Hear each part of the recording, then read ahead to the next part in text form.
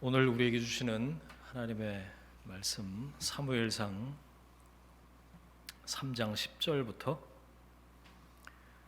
4장 1절까지의 말씀입니다. 사무엘상 3장 10절부터 4장 1절까지의 말씀 우리 함께 봉독하겠습니다.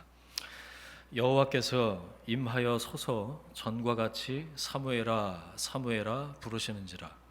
사무엘이 이르되 말씀하옵소서 주의 종이 듣겠나이다 하니 여호와께서 사무엘에게 이르시되 보라 내가 이스라엘 중에 한 일을 행하리니 그것을 듣는 자마다 두 귀가 울리리라.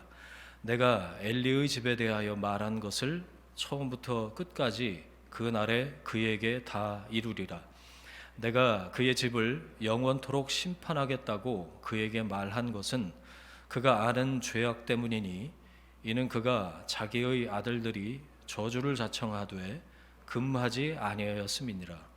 그러므로 내가 엘리의 집에 대하여 맹세하기를 엘리 집의 죄악은 제물로나 예물로나 영원히 속죄함을 받지 못하리라 하였노라 하셨더라. 사무엘이 아침까지 누웠다가 여호와의 집의 문을 열었으나 그 이상을 엘리에게 알게 하기를 두려워하더니 엘리가 사무엘을 불러 이르되 내 아들 사무엘아 하니 그가 대답하되 내가 여기 있나이다 하니 그가 이르되 내게 무엇을 말씀하셨느냐 청하노니 내게 숨기지 말라. 내게 말씀하신 모든 것을 하나라도 숨기면 하나님이 내게 벌을 내리시고 또 내리시기를 원하노라 하는지라. 사무엘이 그것을 그에게 자세히 말하고 조금도 숨기지 아니하니 그가 이르되 이는 여호와시니 선하신 대로 하실 것이니이다 하니라. 사무엘이 자라매 여호와께서 그와 함께 계셔서 그의 말이 하나도 땅에 떨어지지 않게 하시니 단에서부터 브엘세바까지의 온 이스라엘이 사무엘은 여호와의 선지자로 세우심을 입은 줄을 알았더라. 여호와께서 실로에서 다시 나타나시되 여호와께서 실로에서 여호와의 말씀으로 사무엘에게 자기를 나타내시니라. 사무엘의 말이 온 이스라엘에 전파되니라. 아멘. 말씀하소서 듣겠습니다. 말씀하소서 듣겠습니다 라는 제목으로 말씀의 은혜 함께 나누겠습니다. 오늘 말씀을 이렇게 준비하면서 보다가요 이런 생각을 했어요. 사람이 세 종류구나 그런 생각을 했습니다. 첫 번째, 하나님의 음성을 듣는 사람이 있고요. 두 번째는 당연히 아예 못 듣는 사람. 하나님 음성이 뭐지? 알지도 못하는 사람이 있겠고, 세 번째는 접촉 불량인 사람, 들었다가 못 들었다가 이런 사람이 있지 않나 그런 생각을 했어요. 그런데 중요한 거는 그런 차이가 왜 날까? 이겁니다. 신앙 차이죠. 저는 믿음의 차이가 하나님 음성의 접속 여부를 결정한다라고 생각을 해요. 그러니까 간단한 한 문장으로 얘기하면 믿음이 없으면 안 들립니다. 내가 왜 안 들릴까? 믿음이 없어서 그래요. 그럼 듣다가 못 듣다가 이렇게 되는 건 뭘까요? 믿음이 없다가 있다 그러는 거죠. 믿음이 없다가 있다가 있을 수도 있습니다. 하나님 음성은 믿음이 있을 때 들립니다. 뿐만 아니라 내가 요청하지 않았는데도 하나님이 말씀하실 때가 있어요. 근데 그걸 귀로는 듣는데 알아듣질 못하는 거죠. 오늘 본문에 나오는 사무엘이 그랬습니다. 알아듣질 못했어요. 들었는데 그게 하나님이 직접 하시는 음성 말씀인지 못 알아듣고 엘리에게로 갔잖아요. 자, 듣지 못하는 사람, 연결이 접속이 불량인 상태라고 말씀을 드렸어요. 들었다가 못 들었다가 이런 건 수신 상태가 약한 겁니다. 와이파이 데이터가 붙었다가 떨어졌다가 한국만큼 이 데이터가 잘 돼 있는 나라가 없던데 상태가 괜찮으면 잘 들려요. 그런데 영 시원치 않으면 안 들리는 겁니다. 그게 왜 문제냐면요, 그러다가 결정적인 순간에 못 듣게 된다는 게 문제인 거죠. 하나님 음성을 잘 듣는 사람, 접속 상태, 수신 상태가 양호한 사람이죠. 들리는 건 믿음이 있으면 들을 수 있고, 그렇죠. 근데 어떻게 하면 잘 들릴까? 어떻게 하면 잘 들릴까? 친해지면 잘 들립니다. 친해지면. 그러니까 듣는 것과 알아듣는 것의 이 갭 차이가 있잖아요. 어린 사무엘은 아직 여호와를, 하나님을 직접 경험해 보지 못했기 때문에 듣긴 들었는데 그게 하나님 음성인지 하나님이 하시는 말씀인지 못 알아들은 거죠. 이제 장성 커 나가야 되고 하나님을 직접 경험하는 그 횟수나 밀도가 더 높아져야 되는 거죠. 친해지는 만큼 알게 되는 것과 같은 맥락입니다. 여러분, 친구, 요즘 가족들, 친지들도 뭐 설이나 추석이나 명절 때나 멀리 있으면 그때는 한번 보고 그러는데, 친구도 마찬가지인 것 같습니다. 물리적인 거리가 있으면 그 거리를 극복할 만큼 뭐 자주 연락을 한다든가, 뭐 계속 SNS나 뭐 카톡이나 이 연결이 돼 있어서 어떻게 사는지 그게 상황이 업데이트가 서로 잘 되면 이 친소 관계가 계속 유지가 되는데, 영어 표현에 그런 말 있잖아요. out of sight, out of mind라고. 멀어지면 마음도 멀어지는 게 당연한 이치 같아요. 이 얘기를 왜 하냐?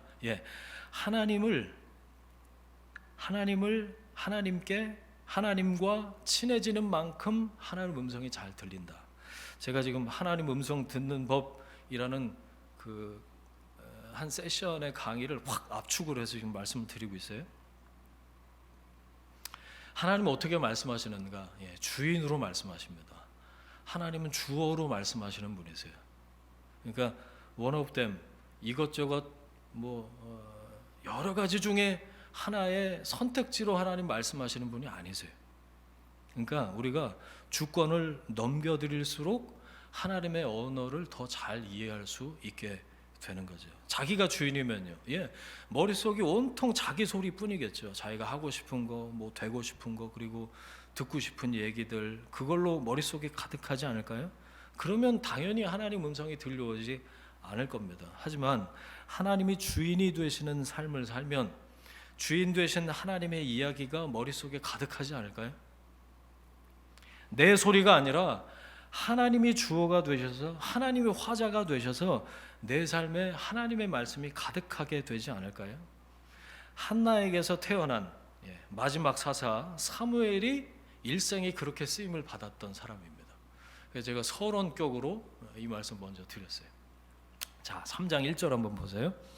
엘리의 시대가 말씀이 거의 끊긴 시대였습니다. 이 표현을 잘 들어보세요, 여러분. 아예 끊긴 게 아니고요, 거의 끊겼어요. 접촉 불량이었다는 겁니다. 붙었다가 떨어졌다가. 아이 사무엘이 엘리 앞에서 여호와를 섬길 때 여호와의 말씀이 희귀하여 이상이 흔히 보이지 않았더라. 그러니까 이상이 보였다가 안 보였다가. 희귀했다는 건 있었다는 거죠. 그런데 드물었다는 얘기 아닐까요? 찾기 어려웠다. 완전히 끊긴 건 아니에요. 왜 그랬죠? 지금 이 시기가 사사시대 말기예요. 자기 소견에 오른 대로, 지 좋은 대로, 지 생각에 맞는 대로 자기가 왕이 돼서, 자기가 주인이 돼서 사는 사람들, 말씀에서부터 점점 더 멀어졌다는 겁니다. 하나님이 내 인생에 왜 주어가 되셔야 되는데, 이런 생각을 갖고 있으니까 음성이 들려오지 않는 거예요. 하나님 말씀이 들려오더라도 드물게 들려요. 잘 안 들려요. 그래서 암흑기입니다.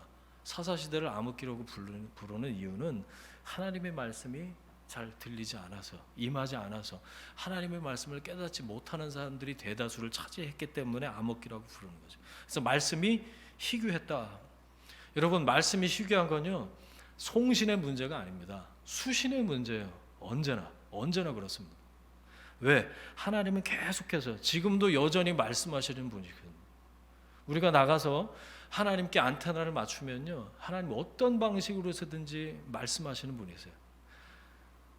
지금 겨울이지만 뭐 이렇게 나가서 산책을 하잖아요.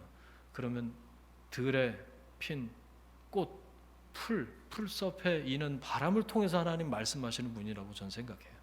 그러니까 이거는 하나님 음성을 듣는 것은 송신의 문제가 아니고 수신의 문제다. 왜? 하나님은 계속해서 말을 걸어오시는 하나님이시니까. 내 안테나, 내 영적인 주파수를 잘 맞추고 있나? 그러면 하나님의 뜻과 마음을 우리가 깨달을 수 있다라는 거예요. 어디서든 언제든 무엇을 하든지 그렇습니다. 하나님이 말씀하시지 않는 게 성경에서 가장 큰 재앙이에요. 하나님의 침묵이라고 그러죠. 가장 큰 성경에 나오는 기근, 이 창세기부터 많이 나오는데 가장 심각한 기근은 말씀의 기근이었죠. 아모스 8장 11절부터 13절인데 찾지 마세요. 찾기 어렵습니다. 아모스는 제가 읽어드릴게요. 주 여호와의 말씀이니라. 보라, 날이 이를지라 내가 기근을 땅에 보내리니 양식이 없어 주림이 아니며 물이 없어 가람이 아니요 여호와의 말씀을 듣지 못한 기갈이라. 그러면서 어떤 표현이 나오는 줄 아세요? 기가 막힌 표현이에요. 사람이 이 바다에서 저 바다까지, 북쪽에서 동쪽까지 비틀거리면서 여호와의 말씀을 구하려고 찾아다니는데 얻지 못할 거다라고 하나님의 아모스 선지자를 통해서 그 시대에 이스라엘 백성들에게 말씀하시죠. 기갈입니다. 이건 먹을 게 없어서 죽는 게 아니고요, 마실 게 없어서 쓰러지는 게 아니었어요. 말씀을 듣지 못해서. 여러분, 하나님의 사람이 하나님의 말씀을 듣지 못하니까 영적인 기갈을 느끼는 게 당연한 거예요. 둘 중에 하나예요. 기갈을 느끼지 못한다면 내가 하나님의 사람이 아니거나, 아니면 감각할 그런 영적인 민감함이 아예 없거나. 여러분, 생명인 이 말씀이 희귀하면 말씀이 있어야 할 하나님의 사람들은 버티질 못합니다. 쓰러지고 말아요. 여러분, 말씀의 기갈을 느끼면서 사십니까? 요즘에 어떠세요? 매년 연초 되면 또 안 하던 거 하시잖아요. 안 그래요? 다시 통독을 창세기부터 해야지, 아니면 마태복음부터 해야지. 제가 해보니까 별 효용이 없더라고요. 그냥 요한복음부터 읽으시고요. 예, 지금 우리 교회에서는 생명의 삶으로 말씀 묵상하고 있잖아요. 그 순서 따라서 그냥 하시면 돼요. 예. 문제는 내 안에 갈망이 있는가, 갈급함이 있는가, 가난한 마음이 있는가, 그겁니다. 제가 세 가지 말씀드렸어요. 저는 이렇게 기억을 해요. 3기억입니다. 다 기억으로 시작하는. 내 안에 하나님의 말씀을 갈급한 마음이 있는가, 나는 갈망하는, 갈증을 느끼는가, 나는 가난한 마음으로 하나님 앞에 그렇게 나아가는가. 갈증조차 느끼지 못하고 있다면 너무 자기가 자기 인생의 주인인 거죠. 자기 주인됨을 단단히 붙잡고 있다는 증거가 갈증을 못 느낀다는 거예요. 왜? 필요한 게 없어요. 내가 원하는 대로 계획해서 내가 생각하는 대로 살면 되거든요.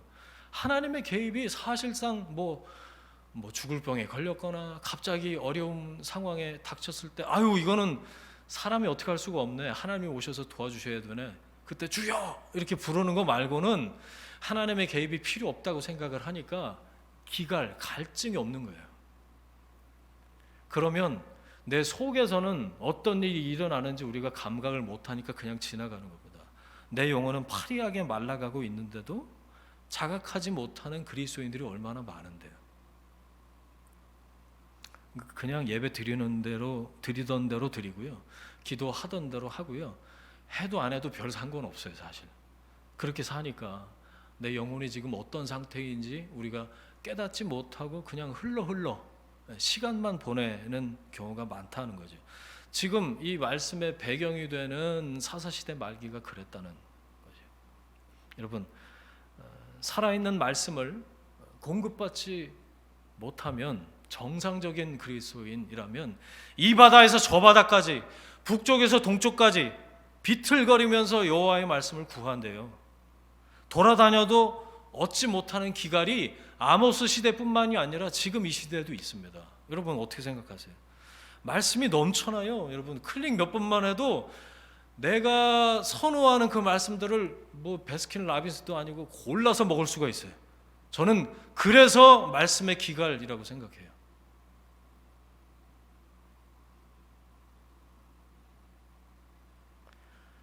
웬만한 설교 다 들을 수 있습니다. 내가 선호하는 거 골라서 그 아이스크림 이름이 생각이 안 나네. 뭐 어쨌든 이거하고 3개 포장해 주세요. 이번 주는 이거 듣고 저번 주는 지난주는 저거 듣고 다음 주는 저거 들을 거야. 하루에 막 3개, 4개씩 듣고 뭐 그러면 막 풍성해지는 것 같죠. 저는 그게 편식하는 거라고 생각해요. 내가 선호하는 말씀만, 선호하는 설교자, 또 선호하는 뭐 그런 편식하면 어떻게 되죠? 건강해지지 못합니다. 맨날 어떻게 시편 23편만 읽어요. 딱딱한 말씀, 단단한 말씀, 회개해라, 돌이켜라. 그 죄악에서부터, 잘못된 습관에서부터 이런 말씀은 듣기 싫어. 헌금하려는 거 듣기 싫고, 헌신하려는 거 듣기 싫고, 헌자가 들어가는 건 다 싫어. 이렇게 되면요, 그게 편식하는 겁니다. 홍수가 나면 마실 물이 귀해요. 이게 굉장히 역설이죠. 천지가 다 물인데 홍수니까. 그런데 식수가 귀한 겁니다. 그래서 기갈이에요. 여러분, 여러분의 영혼을 살리는 나에게 하나님 말씀이 전해지는 통로가 어딘지 좀 분명히 하셨으면 좋겠어요. 말씀드렸다시피 여기저기 기웃거리는 건 저는 편식하는 거다. 골라서 듣다 보면 영적인 건강은 안 좋아질 게 분명하다. 그래서 섬기는 교회, 내가 함께 공동체로 하나님을 바라보는, 그리고 여기서 양육받고 훈련받는 그 하나님이 나에게 말씀하시는 통로로 딱 정하면 매주 듣는 겁니다. 그리고 매주 피드를 받는 거예요. 하나님께서 이 말씀으로 날 양육하고 계시는구나. 저는 이 강단에서 전해지는 말씀이 여러분에게 하나님의 뜻과 마음을 이렇게 펼쳐 보이시는 살아있는 하나님의 말씀이 되도록 목숨 걸고 말씀 전하겠습니다. 여러분들도 저처럼 저만큼 말씀에 간절하셨으면 좋겠어요.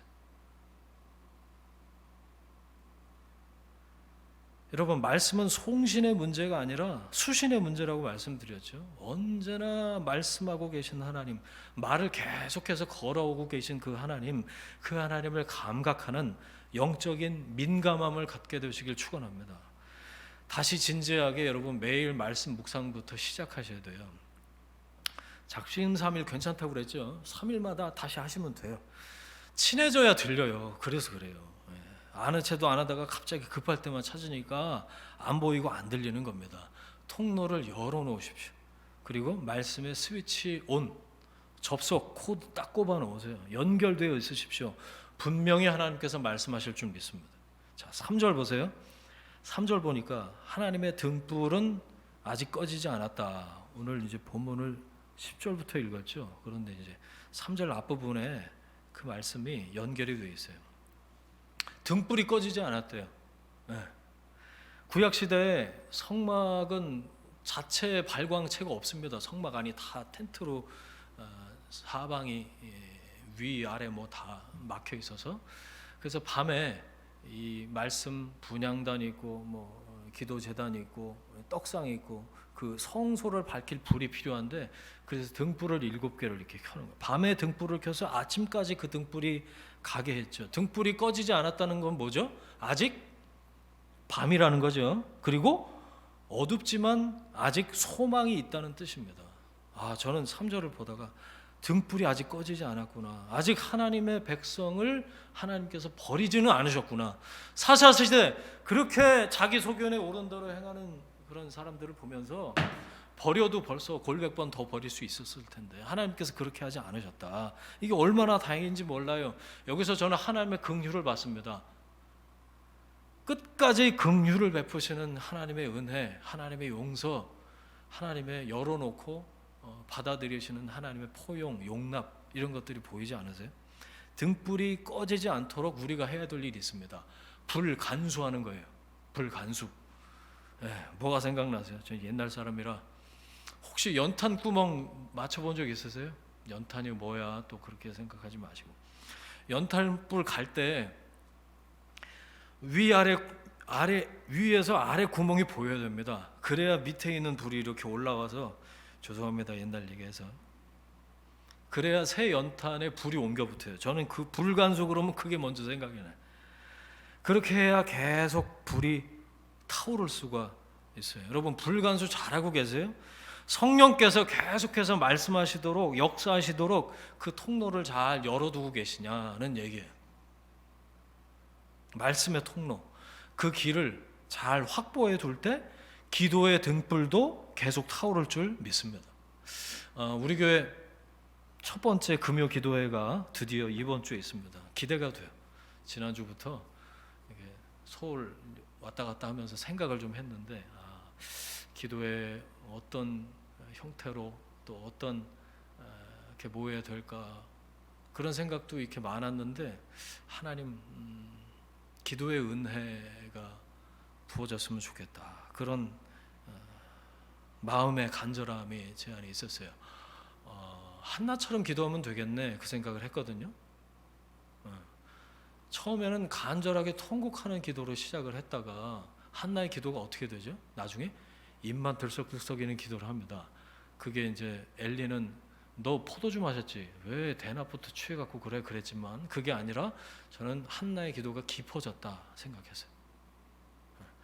뭐 통곡하고 외쳐서 기도하는 건 깊은 기도가 아니다, 그 얘기가 아니라, 하나님과 거기 말씀 보니까 지난주에 보셨잖아요. 심정이 통하는 기도. 그러면 하나님과 대화가 깊어져요. 여러분 대화가 깊어졌는데 고래고래 소리 지르지 않잖아요. 자분자분 얘기를 하면서 듣습니다. 듣는 기도로 깊어져요. 저는 우리가 함께 기도를 드리는 그 기도의 시간이 그렇게 통곡으로 간절하게 외쳐서 기도하기도 하고, 그리고 하나님의 음성이 귀를 기울이는 깊은 대화의 시간이 되기를 바라요. 그래서 그러면 기도가 깊어지게 되면 하나님의 뜻과 마음을 다운로드해서 알게 되는 거다, 저는 그렇게 생각을 하거든요. 깊게 하나님 만나는 그 음성에 귀를 기울이는 자리가 되길 바랍니다. 3장 내내 이제 오늘 본문이 4장 1절인데 엘리야하고 사무엘이 대조가 계속돼서 나오죠. 보셨어요? 3절 뒷부분 보시면 사무엘이 어디 누워있죠? 성소에, 거룩한 곳에 누워있대요. 그 성막 구조를 좀 보셔야 되는데, 성소 안에 사람이 누워있을 수는 없습니다. 그 성소를 둘러싼 그 주변에 방들을 조그맣게 만드는 창고도 있고, 그 겉에 테두리에, 거기까지 성소라고 이제 얘기를 한다면, 사무엘이 하나님의 궤가 있는, 언약궤가 있는 여호와의 전 안에 누웠다는 이 의미를 알 수가 있죠. 엘리는 어디 누웠죠? 눈이 점점 어두워서 처음에 한나가 기도하러 왔을 때 어디 있었죠? 문 앞에 양지 바른데 이 할아버지가 의자 놓고 꾸벅꾸벅 졸고 있었다는 말은 성경에 없지만, 전 안에 있지 않고 굉장히 그것도 의미심장해요. 문간 앞에다가 의자 놓고 거기 있었어요. 저는 이 3절 후반부를 보면서도 왜 여기 있나, 거꾸로 된 것 같지 않으세요? 엘리 제사장이 전 안에 있어야 되고, 사무엘은 뭐 어디 있든지 사실 상관없어요. 아직 뭐죠? 영어가 갑자기 생각이 안 나네요. 길러지고 있는 그런 단계니까. 그런데 제사장은 여호와의 전 안에 있지 않고 자기 처소에서 누워 있다. 그런데 사무엘은 여호와의 궤가, 하나님의 궤가 있는 여호와의 전 안에 누워 있다. 자, 그때 하나님이 말씀하십니다. 그렇죠. 하나님의 사무엘을 부르세요. 자기 처소에 누운 엘리가 아니라 성소에 있는 어린 사무엘에게 하나님 말씀하시기 시작하신다. 어떤 적용점이 있을까요? 저는 여러분이 머무는 곳을 거룩한 곳으로 만들 수 있다. 이대로 하면요, 여러분 이 추운 지금 예배당 지하에 맨날 오셔서 여기서 주무셔야 돼요. 그렇지 않아요? 그게 아니고 여러분이 일상의 삶, 뭐 여러분 집도 그렇고 뭐 출퇴근하는 뭐 일상의 그런 곳을 하나님이 임재하시고 말씀하시는 거룩한 곳으로 만들 수가 있다. 어떻게 해요? 주님이 그 자리에, 그 관계에 주인으로 계시는 거예요. 하나님, 여기서 나의 주인이 되어 주십시오. 그러면 하나님 그곳에서 말씀하세요.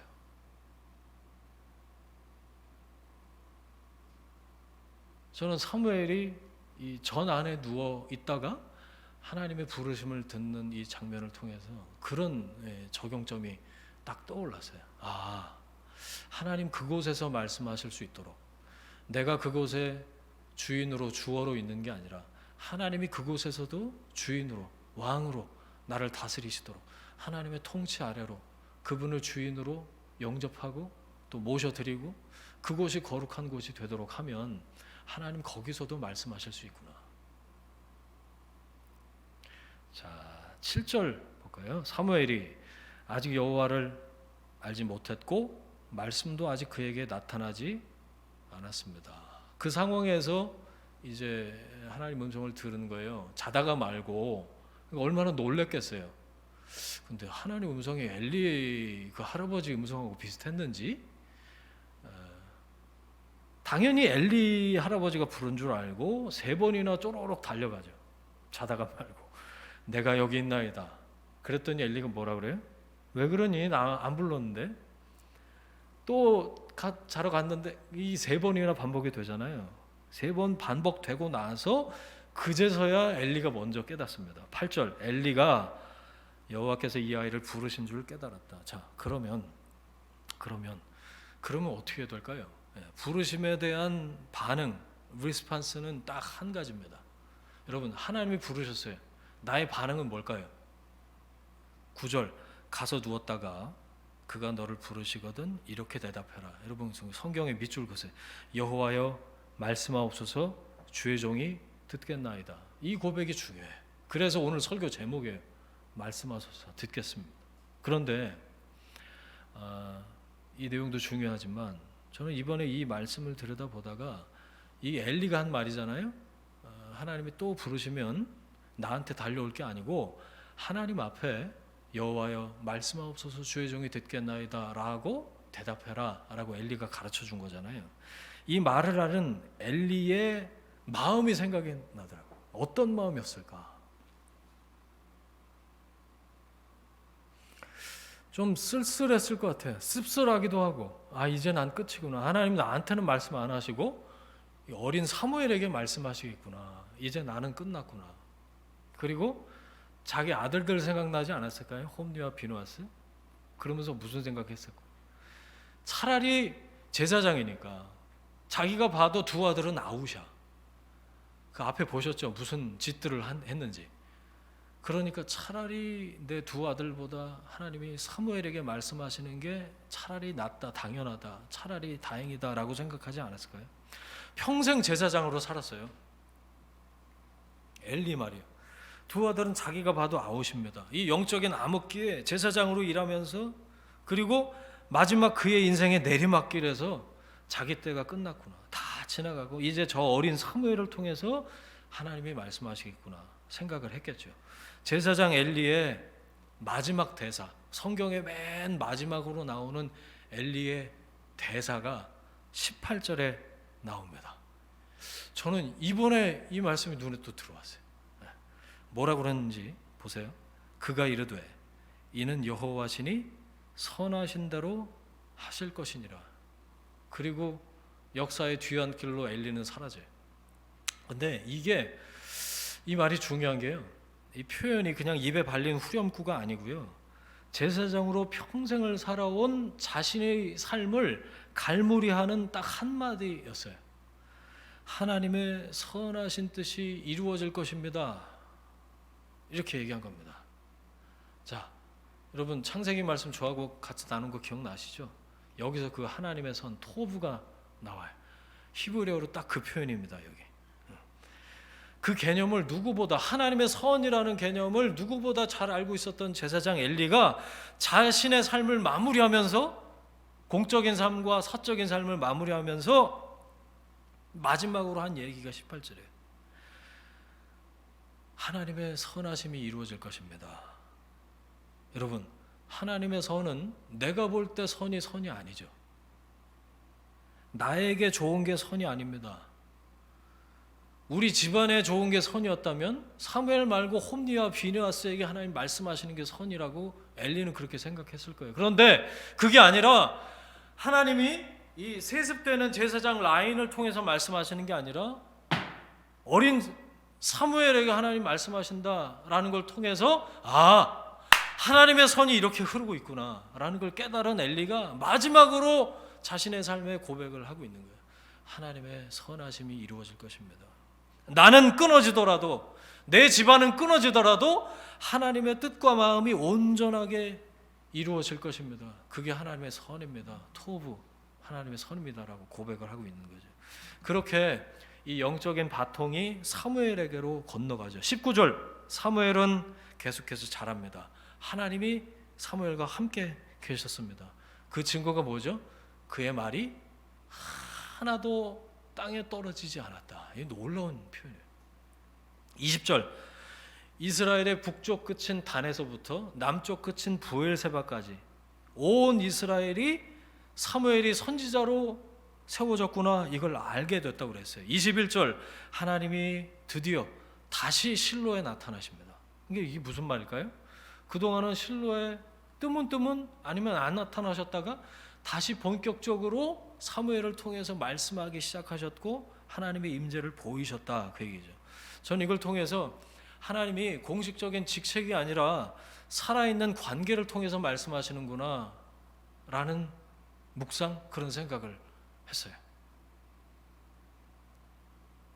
저 같은 성직자들, 말씀을 전하는 사람이 진짜 두렵고 떨림으로 들어야 될 말씀이기도 하면서 여러분에게도 마찬가지입니다. 하나님의 말씀에 접속되어 있는 사람이 말씀의 통로로 쓰임을 받아요. 공식적인 직책, 직함이 문제가 아닙니다. 이건 하나님과 정상적으로 연결되어 있을 때 하나님의 뜻과 마음을 깨달을 수가 있어요. 자, 처음 설교 초두로 갈까요? 들었다가 못 들었다가는 뭐라고요? 접촉 불량. 여러분, 그래서 하나님의 말씀을 사모하고 하나님의 말씀이 내 안에 있길 원한다. 내가 그분 안에 있으면 돼요. 그분이 내 안에 거하시면 되는 거죠. 자, 성경을 찾아서 한번 읽어보겠습니다. 요한복음 15장 7절이에요. 다 같이 한번 찾아보세요. 요한복음 15장 7절. 같이 읽어볼까요? 시작. 너희가 내 안에 거하고 내 말이 너희 안에 거하면 무엇이든지 원하는 대로 구하라, 그리하면 이루리라. 아멘. 여러분, 주님 안에 거하십니까? 주의 말씀이 여러분 안에 있습니까? 거한다라는 말이 이게 살 거자잖아요. 한자로 이렇게 쓰는데 주님 안에서 살라, 그 얘기입니다. 주님과 같이 더불어 먹어라, 그러니 주님 안에서 같이 주님과 함께 마시고 주님과 함께 산다는 건 같이 잠도 자고 같이 일도 하고 놀기도 같이 놀고 일상을 주님과 함께, 주님을 모든 것의 삶의 주인으로 모시고 그 주님 안에 거하는 거, 그걸 얘기하고 있는 거예요. 그냥 주님 아는 채 해라, 그 얘기가 아니고 주님과 함께 살아라, 주님 안에 거하라. 이렇게 하는 것 이상 친하게 지낼 수 있는 방법이 있을까요, 여러분? 없어요. 같이 사는 것 이상 친하게 지내는 방법은 없습니다. 그러니까 부부도 되고, 부부가 돼서는 연애할 때하고는 다르게 깊이 있게 그 사람에 대해서 알아가는 거잖아요. 물론 알아가면서 실망도 하고 이 인간이 결혼하기 전에 그 인간인가 그런 생각도 하고 그럽니다만, 가족이라도 멀리 떨어져 있으면 그 사람이 어떤 사람인지 우리가 몰라요. 그런데 멀리 떨어진 가족보다 가까이 있는 이웃, 친구들이 더 가까운 이유는 같이 살아서 그렇죠. 주님과도 마찬가지입니다. 주님 안에서 사는 것보다 주님과 더 친하게 지낼 수 있는 방법은 없어요. 자, 그리고 나서 15장 7절을 왜 읽자고 말씀드렸냐면 기도에 대한 권면이 거기에 나와요. 그리고 나서 기도에 대한 권면이 나오는데 원하는 대로 구하라. 자, 이거 보세요. 뭘 원하게 될까요?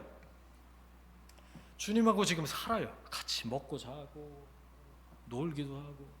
그러면 어떻게 된다고요? 주님 마음을 알게 돼요.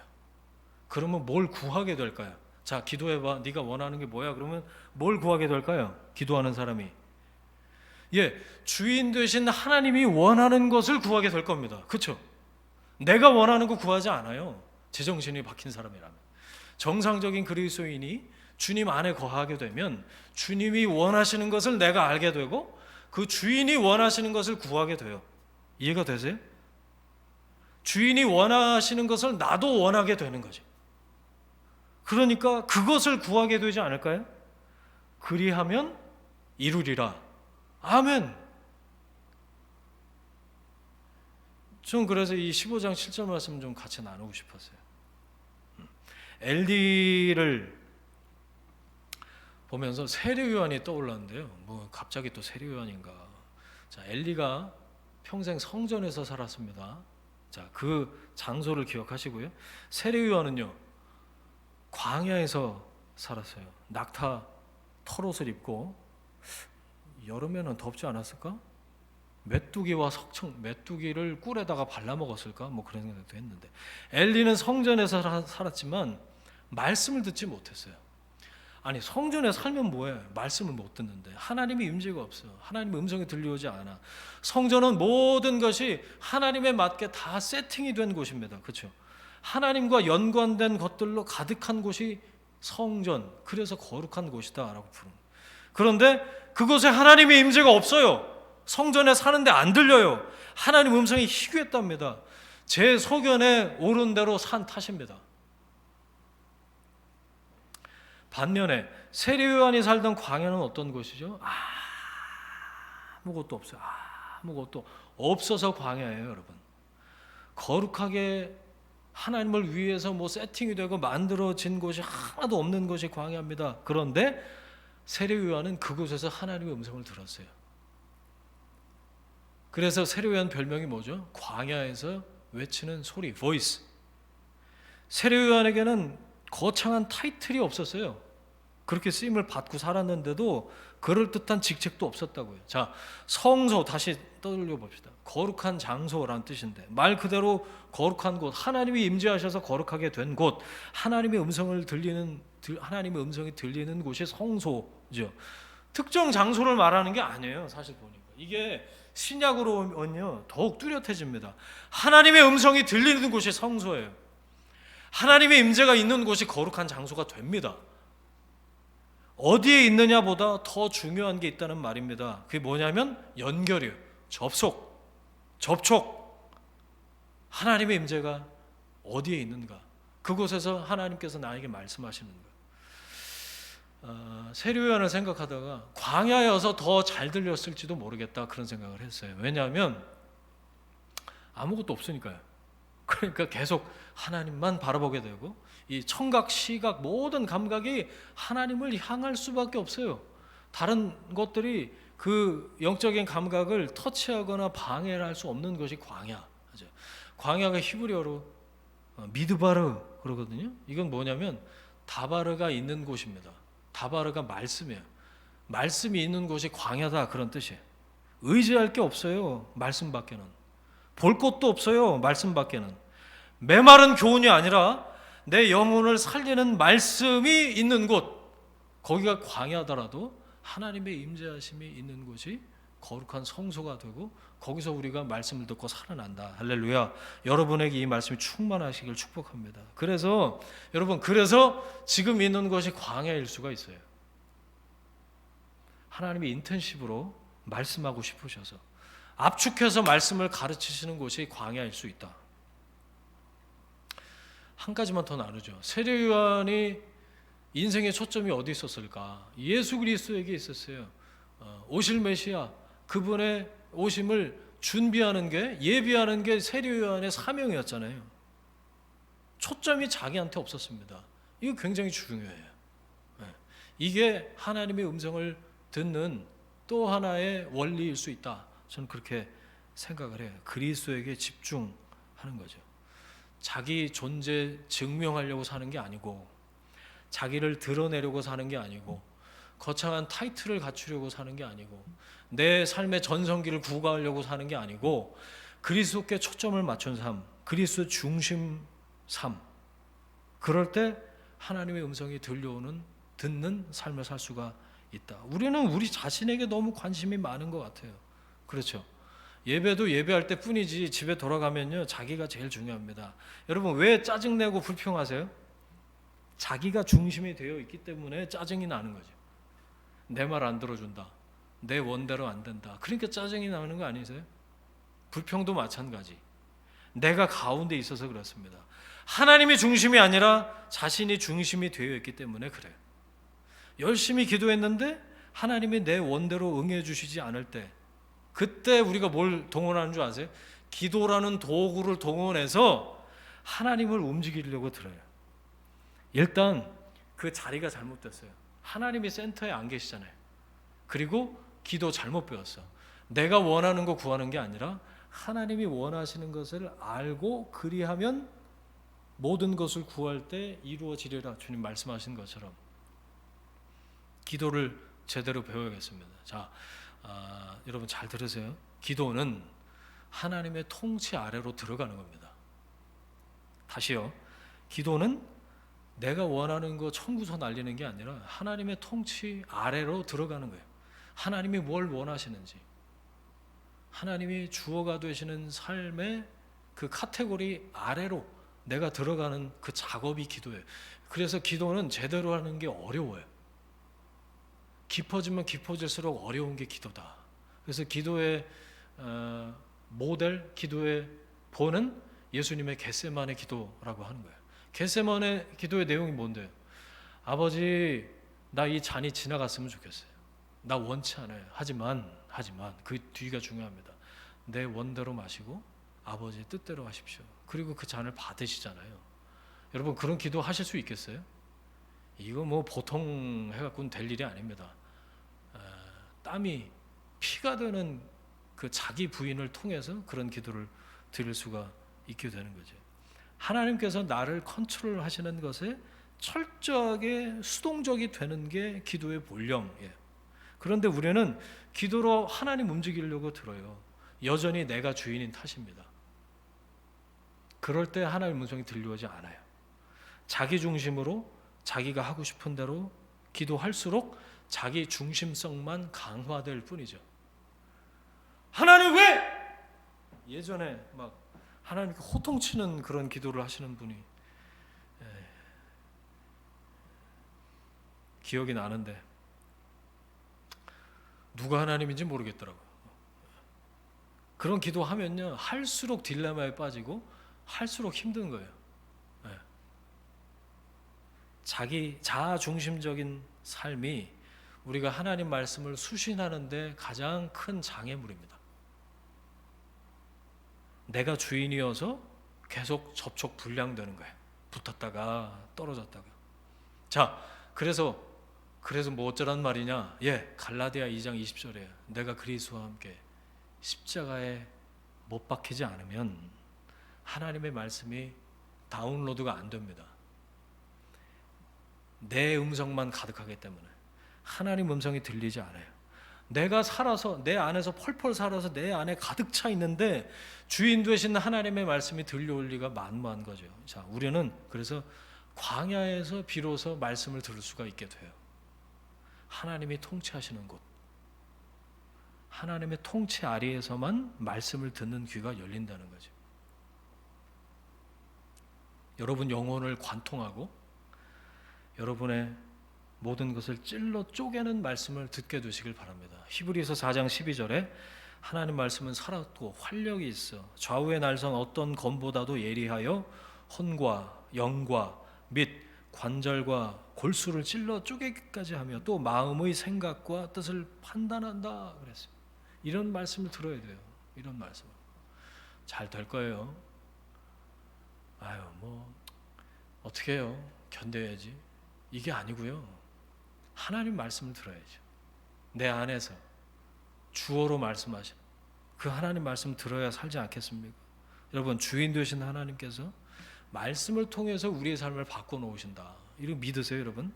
어린 아이 사무엘에게 하나님이 말씀하신 그 순간부터 이스라엘의 새로운 출발이 시작이 돼요.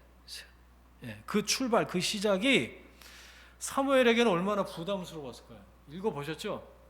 제일 부담스러운 얘기가 첫 번째 메시지로 전하라고 하나님이 사무엘에게 맡기셨는데 엘리 집안이 멸망당할 거다. 다 죽어 없어질 거다. 그 얘기를 전해라.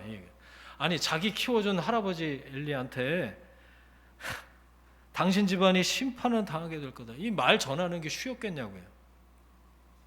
아직 어린데 한 12살 정도로 생각을 하거든요. 자, 15절 자고 나서 문을 여는데 이 그림이 딱 머릿속에 그려졌어요. 고민하지 않았을까요? 근데 문 열자마자 엘리 할아버지가 문 앞에 있는 거야. 얼마나 깜짝 놀랐을까? 어떡하지? 어떡하겠뇨? 그대로 했어요. 17절 내게 말씀하신 모든 것을 말해달라고 엘리 제사장이 요구를 합니다. 18절 그것을 자세히 말하고 조금도 숨기지 않았어요. 사무엘도 대단하죠. 이제 막 청소년인데 깡이 대단합니다. 그래서 선지자인 것 같아요. 먼저 선자 알 지자 써서 선지자인데 원래 성경에서 얘기하는 건 대언자가 맞습니다. 말씀을 대신 전하는 사람, 하나님의 말씀을 가감 없이 그대로 전하는 역할을 하나님께서 사무엘에게 맡기신 거죠. 저는 이 말씀 보다가 하나님 저한테 그러시더라고요. 설교는 네가 말하고 싶은 거 하는 거 아니다. 뭐 길게 해라 짧게 해라 그런 말씀 없으셨어요. 하나님 말씀은 네가 하고 싶은 말 하는 게 아니다. 내가 전하라고 하는 말 해라. 하나님은 그런 말씀을 주시더라고요. 그래서 그러려고요. 사무엘처럼 자세히 말하고 숨기지 않으려고 합니다. 21절 하나님이 다시 말씀하시기 시작하셨다. 이게 제일 중요해요. 이게 하나님이 다시 실로에 나타나셔서 사무엘을 통해서 다시 이스라엘에게 말씀하기 시작하셨다. 그러니까 이스라엘이 다시 살아나는 겁니다. 다 죽어가던 이스라엘이 빛이 비추기 시작했어요. 그 통로로 쓰임받은 사무엘 중요한데요. 사무엘은 통로라는 거 여러분 이거 기억하셔야 돼요. 자기가 하고 싶은 말 한 게 아니라는 거. 하나님이 주시는 말씀을 전했다는 거. 그래서 사무엘서 딱 시작할 때 여러분 말씀드렸던 거 기억나세요? 사무엘서의 주인공이 누구라고요? 한나도 아니고 사무엘도 아니고 사울 지나서 다윗도 아니고요. 사무엘서의 주인공은 하나님이십니다. 하나님의 뜻이 이루어지는 그 과정을 쫙 펼쳐서 그 모든 씬의 주연이나 조연들 배역들이 있지만 결국의 주인공은 하나님이시다. 하나님과의 살아있는 교제, 하나님과의 관계가 하나님 말씀하시는 그 본질인 줄 믿습니다. 그 말씀이 우리를 살리는 줄 믿습니다. 그 얘기를 지금 사무엘상 3장에서 하나님이 우리에게 말씀해 주고 계신 거죠. 자, 좀만 더 하고 마칠게요. 이 스토리의 하이라이트 봉우리로 한번 같이 올라가 보십시다. 아직 봉우리 안 올라갔습니다. 하나님께서 사무엘 부르셨을 때요. 사무엘은 엘리에게 배운 대로 고백했어요. 그게 오늘 설교 제목이에요. 말씀하옵소서 듣겠습니다.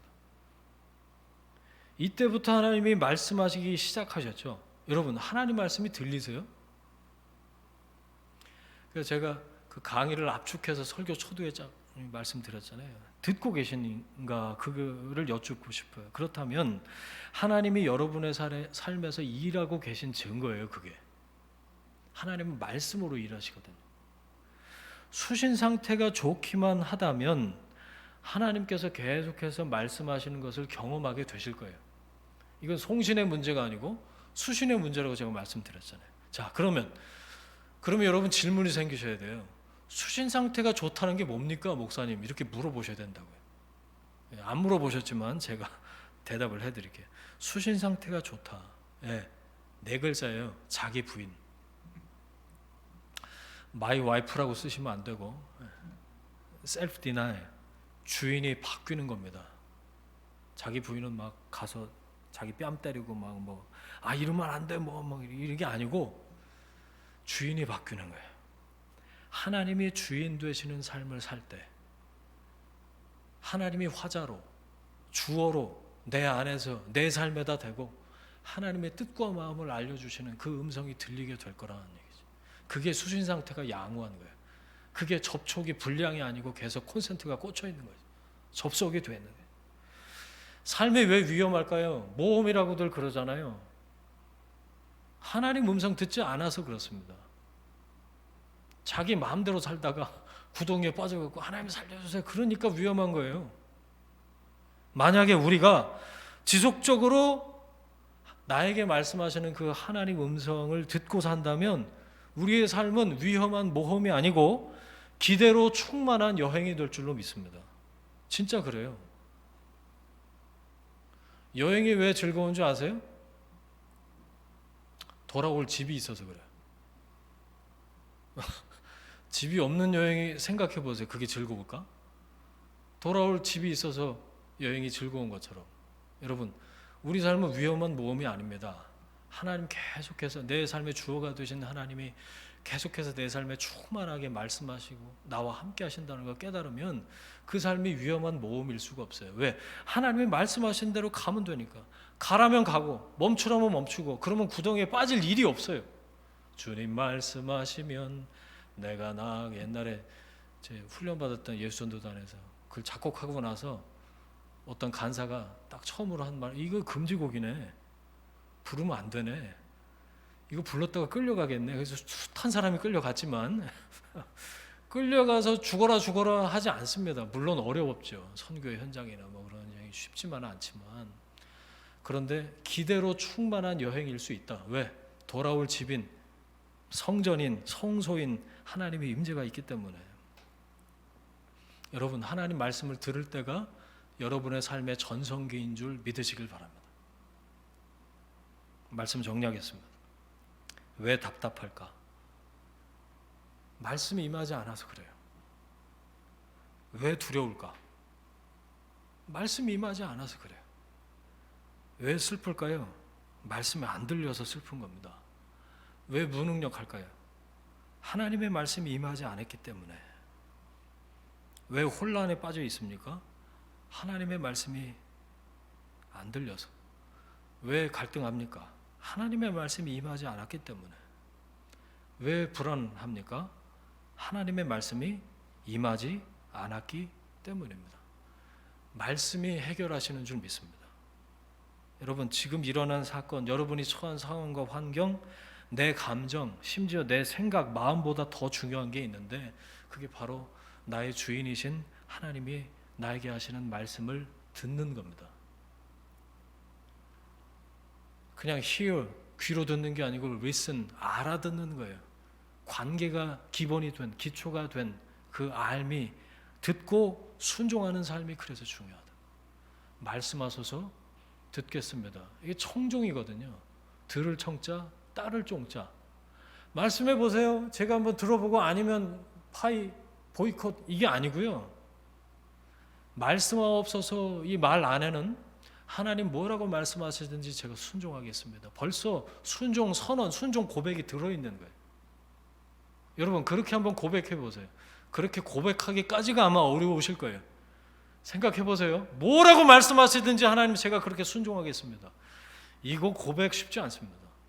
그런데 그 고백을 하게 되는 그 순간 하나님이 여러분의 삶을 주어로 주장하시고 책임지시고 끝까지 함께 하시는 줄 믿으시길 바랍니다. 그게 말씀에 순종한다는 뜻이에요. 그래서 함부로 할 기도는 아니에요, 사실. 말씀이 임한다는 건 그래서 두려운 일이거든요. 왜? 순종해야 되니까. 그냥 여러 가지 가능성 중에 하나로 하나님 말씀해 보세요 이렇게 제안하는 게 아니에요. 하나님하고는 딜하지 않습니다. 하나님은 언제나 왕으로, 통치로, 또 주인으로 역사하시기 때문에 하나님 말씀하소서 듣겠습니다. 이런 태도에 가기까지 주어가 바뀌는 일이 내 안에서 선행하는 그 과정이 필요한 거죠. 그리스도인의 삶, 말씀을 듣고 순종하는 삶입니다. 저는 이게 우리가 예수 믿는 이유다 생각해요. 사사시대만이 아니라 지금도 우리가 자기 소견에 옳은 대로 살면 그게 사사시대지 뭐예요. 그게 암흑기입니다. 말씀에 빛이 비추어야 그때부터 보이는 거죠. 그러면 무엇을 어떻게 할 수 있을까? 등불을 계속 유지하는 거예요. 등불이 꺼지지 않도록. 불간수 잘하세요. 주님을 주인으로 인정하십시오. 여러분이 닿아 있는 모든 삶의 현장 자리마다 주님께 주권을 넘겨드리십시오. 그래야 내 안을 가득 찬 그 소음들이 나를 지배하지 않고 나를 주관하시고 인도하시는 그 하나님의 음성을 듣게 될 줄로 믿습니다. 기도하세요, 여러분. 말씀하소서 듣겠습니다. 이게 입에 붙어 있어야 돼요. 말씀하소서 듣겠습니다. 말씀하시면 가겠습니다. 말씀하시면 서겠습니다. 뭐라고 말씀하시든지 따르겠습니다. 순종하기로 결단할 때 주인 되신 하나님께서 당신 하나님께서 보시기에 그 선한 토부 그것으로 그 선한 방법과 방향으로 말씀하시고 여러분의 삶을 붙드시고 인도하시고 책임지시고 함께하시고 역사하실 줄 믿습니다. 동행하실 줄 믿습니다. 인도하실 줄 믿습니다. 그래서 그 말씀으로 쓰임받는 여러분의 삶이 되시기를 주님의 이름으로 축원을 드립니다. 아멘. 함께 기도하겠습니다. 이 시간에 기도할 때 주신 말씀, 깨달은 말씀을 붙잡고 내게 주신 말씀을 기억하면서 우리 함께 기도하겠습니다. 함께 기도하겠습니다. 하나님 아버지 감사합니다.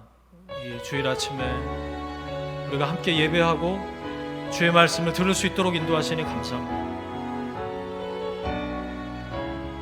어린 사무엘이 엘리의 가르침을 받아서 말씀하시는 하나님 앞에 고백했던 이 고백, 여호와여 말씀하옵소서 주의 종이 듣겠나이다. 주님, 우리도 이렇게 하나님 앞에 고백하며 나아가는 믿음의 종들 될 수 있도록 주님 붙드시고 우리의 전 존재를 흔들어 놓는 폭풍처럼 우리 영혼을 뒤덮는 생명의 말씀으로 우리를 압도해 주시기를 간절히 빌고 원합니다. 주님, 그 말씀에 이끌려 순종하는 삶을 살 수 있기를 바랍니다. 내 삶을 가득 채우고도 남는 하나님 그 말씀으로 하나님 살리시고 세워주시고 채워주시고 하나님 그 말씀으로 소성케 되며 말씀으로 살아나고 말씀으로 다시 하나님 앞에 나아가는 믿음의 사람들 될 수 있도록 주님도 오시고 역사하여 주옵소서.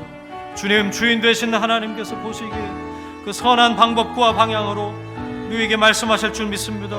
뭐라고 말씀하시든지 순종하며 따르겠습니다 라고 결단하는 믿음의 사람들 되게 하시고 말씀하면 가고 말씀하면 서고 말씀하시면 듣겠다고 주 앞에 고백하는 믿음의 사람들에게 하나님의 말씀으로 거룩하신 하나님의 임재로 답해 주시고 역사해 주시길 간절히 빌고 원합니다. 성령님 붙드시고 인도하시고 함께 하실 줄 믿습니다. 주님도 오시고 역사해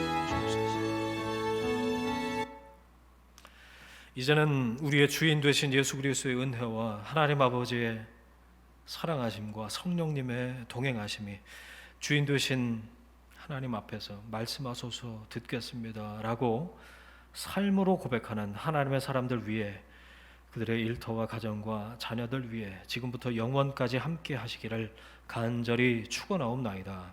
아멘.